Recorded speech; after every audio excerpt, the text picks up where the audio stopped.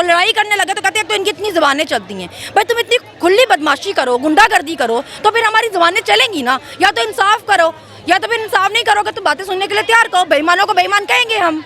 यहाँ भी स्टेज पे चढ़ के वीडियो चलवा के मतलब सर्विस जो ड्यूटी पे अभी चीफ जस्टिस या जजेस उनको बातें कर गई। और उसका बाप हाजिर सर्विस जनरल था जो बाजवा, उसको नाम ले लेके गालियाँ गलोच करता रहा कि इसने हमारी गवर्नमेंट गई। उनको किसने क्या कह लिया? इसके बाप को काबू किया होता ना तो आज इसकी ज़बान काबू में होती। अब उस बेचारी को लगता है क्योंकि अकल तो है नहीं उसके पास, एक दिमाग की सर्जरी करा लेगी तो सारी कौम की जान छूट जाएगी। उसको लगता है कि खान साहब अगर घर से नहीं निकलेंगे तो शायद वो बेचारी जीत जाएगी। खान साहब अगर घर में बंद रहेंगे तो उसकी कोई इलेक्शन कैंपेन बड़ी को कैंपेन चल जाएगी और वो इलेक्शन जीत जाएगी। तुम्हारे हाथ से पंजाब निकल गया।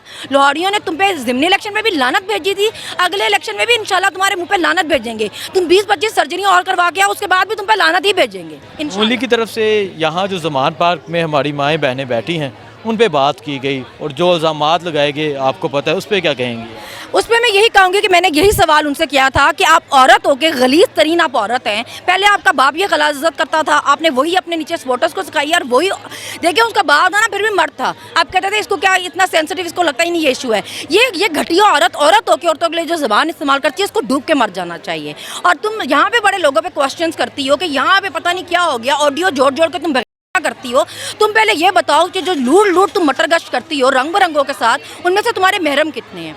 चढ़ के गाड़ियों में जिनके साथ घूमती हो, स्टेजों पर चढ़ के जिनको आई लव यू बोलती हो, जितने सामने खड़े थे तुम्हारे सारे महरम हैं। तुम्हारे बाप ने इन सबसे तुम्हारा निकाह पढ़वाया है जिनको स्टेज पर चढ़ के आई लव यू बोलती हो। और अपने कसम के लिए तुम कहती हो कि ये मैंने तो इसके साथ निभाई है। ये भी कौम के सर पे एहसान रख गई है कि जी उसने अपने मियाँ के साथ निभाई है, उसने हमारे सर पे एहसान किया भाई। ये बाकियों को आई लव यू बोलती फिरती है। खान साहब भी इनको सही थका रहे हैं। ये अपने आप को बहुत बड़ा जीनियस बनते हैं। सारा पंजाब की पुलिस आके यहाँ बैठा देते हैं। खान साहब भी कहते हैं आगे और सैर से बटा हो गया, पेट्रोल ज़ाया हो गया, चलो अब दफ़ा हो जाओ, कल दोबारा आना। तो खान साहब भी इनको सही थका के और भगा के मार रहे हैं, बिल्कुल ठीक कर रहे हैं। अच्छा, क्या कहना चाहेंगे? पिछली दफ़ा जुल्म बर्बरियत की गई, ज़िले शाह को शहीद किया गया। पिछली दफ़ा देखा खवातीन की तादाद कम थी, मर्दों की तादाद कम थी, इस दफ़ा तादाद ज़्यादा नज़र आ रही है। क्या कहेंगी आप इसको? देखिए अगर जुल्म करने से आप रोक सकते होते ना तो कश्मीरी 75 साल से लड़े हैं अपनी आज़ादी के लिए। इन लोगों को ये चीज़ एक समझ ही नहीं आ रही। इनको क्यों लगता है कि ये बात इमरान खान की है? अब हमारे दिमागों में बैठ गया है, हमें पता है कि ये बात हमारी, ये जंग हमारी आज़ादी की है, हमारे मुस्तकबिल की है, हमारे बच्चों के मुस्तकबिल की है। ये खान साहब की तो अब रही नहीं है ना। अब हम इसको अपनी ज़ाती समझ के लड़ रहे हैं। तो जब हम अपनी ज़ाती आज़ादी के लिए लड़ रहे होंगे तो आप जो मर्जी कर लेंगे, हम डरेंगे क्यों? आपने एक बंदा शहीद किया हमारा, आपने देखिए कितने लोग और आगे। आप इंसानों को इस तरह नहीं डरा सकते कि आपको एक दो को मार देंगे हम तो उसके बाद लोग डर के घरों में बैठ जाएंगे। लोगों में और गुस्सा और नफरत पैदा हुई है। पहले लोग एक से नफरत कर रहे थे, अब दूसरे इदारे से भी नफरत कर रहे हैं। नफरत बढ़ती जा रही है। तो आप लोग क्यों इतना गंदा हो रहे हैं लोगों की नज़रों में? और वो भी तब जब आवाम आपको अपने टैक्स के पैसे से तनख्वाहें दे रही है। आप ये वर्दियाँ हमारी हिफाजत के लिए पहन रहे हैं तो हम पे हमले कैसे कर सकते हैं? मतलब आप कैसे पूरी तैयारी के साथ देखे आए थे। एक तो अचानक 144 लगा दिया, अचानक वाली।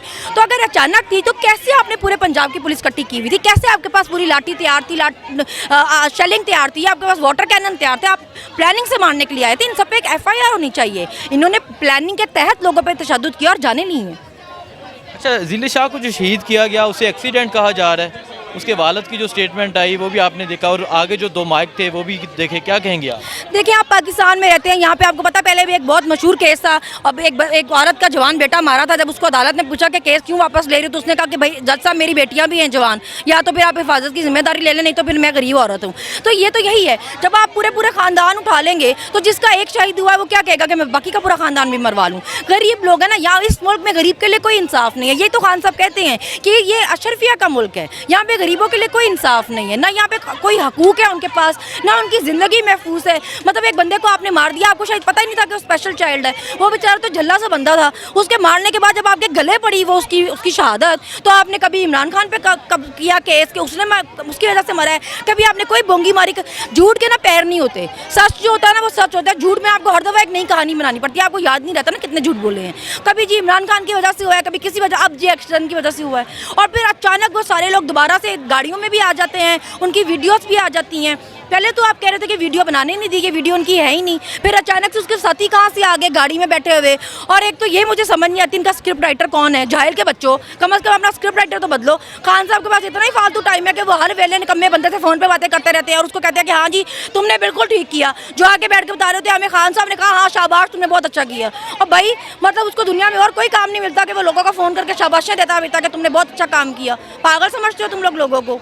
जो प्रेस कॉन्फ्रेंस की गई एक्सीडेंट के हवाले से, उस पर क्या कहेंगे आप? उसमें देखिए कैसी कमाल वाली बात है कि वो आईजी डीआईजी या जो भी था वो साथ बैठा हुआ, वो चीफ मिनिस्टर को बार बार कह रहा था आप चुप करें मैं बताता हूँ, आप चुप करें मैं बताता हूँ। और चीफ मिनिस्टर गरीब बेचारा उसको कह रहा था मुझे जाना है, मुझे जल्दी वो करता नहीं अभी आप बैठ जाएं। मतलब पहली दफ़ा देखा है हमने कि एक चीफ मिनिस्टर एक सीएम को एक आईजी का डीआईजी बता रहा था कि चुप करके बैठ जा, अभी प्रेस कॉन्फ्रेंस खत्म नहीं हुई। मतलब पता नहीं क्या चल रहा है इस मुल्क में। और ये चाहते हैं कि ये जो इतनी खुली बदमाशी चल रही है इसको लोग देखें और देख के इस पर आंखें बंद कर लें। मतलब इस मुल्क में इसी शहर में बल्कि PSL हो रहा है, अभी सुबह मैराथन हो रही थी पुलिस वालों की, मरियम बीबी का रोज़ जलसा हो रहा है किसी न किसी शहर में, कन्वेंशन भी है आज लाहौर में, मगर सिर्फ इमरान खान की बारी यहाँ पे 144 लगी होती है। और अभी हम आ रहे थे वो पैदल वालों को भी नहीं आने दे रहे थे, वो कहते जी पैदल भी नहीं जा सकते। हमने उनका कहा दिमाग खराब है, मतलब 144 में भी 5 से ज़्यादा लोग अलाउ नहीं थे, हम तो लोग ही 4 हैं, 3 बंदियाँ ऊपर से 3 औरतें और 1 बंदा है, तो हम कैसे नहीं पैदल जा सकते? आप कैसे किस हक में रोक सकते हैं? वो जी अच्छा फिर ऐसा करें आगे से कहीं तो घूम के चली जाएं, आगे गए वो कहती आगे से नहीं जा सकते। फिर हम लड़के आए हैं यहाँ पे तो लड़ाई करने लगे तो कहते हैं तो इनकी इतनी ज़बानें चलती हैं। भाई तुम इतनी खुली बदमाशी करो, गुंडागर्दी करो तो फिर हमारी ज़बानें चलेंगी ना। या तो इंसाफ करो या तो फिर इंसाफ नहीं करोगे तो बातें सुनने के लिए तैयार करो, बेईमानों को बेईमान कहेंगे हम। क्या कहेंगी दफ़ा 144 सिर्फ पाकिस्तान तरीके इंसाफ में नाफज होती है? मरीम नवाज जगह जगह जलसे कर रही हैं। बस वही ना, ये कहते हैं जी तराजू के पलड़े बराबर करें। हमारा लीडर ये कह दे अगर कि जी इस जज ने सही फैसला नहीं किया, एक बंदे पर तशद्दुद हो रहा था हमारे, फिर रिमांड दे दिया तो हम इसके अगेंस्ट एक्शन लेंगे। उस पर क़यामत आ गई इस मुल्क में। उस पर कहा गया कि अगर वो मोटरवे पे जा रही हुई उसको किसी ने रोक लिया और जज साहिबा को, तो उसकी जान को खतरा हो सकता है। उसके अगेंस्ट एक्शन लेने की बात पे यहाँ बीबी खड़ी होकर हाँ जी माफ़ी मंगवाई गई, जान को खतरा होने के बावजूद बाहर निकलवाया गया।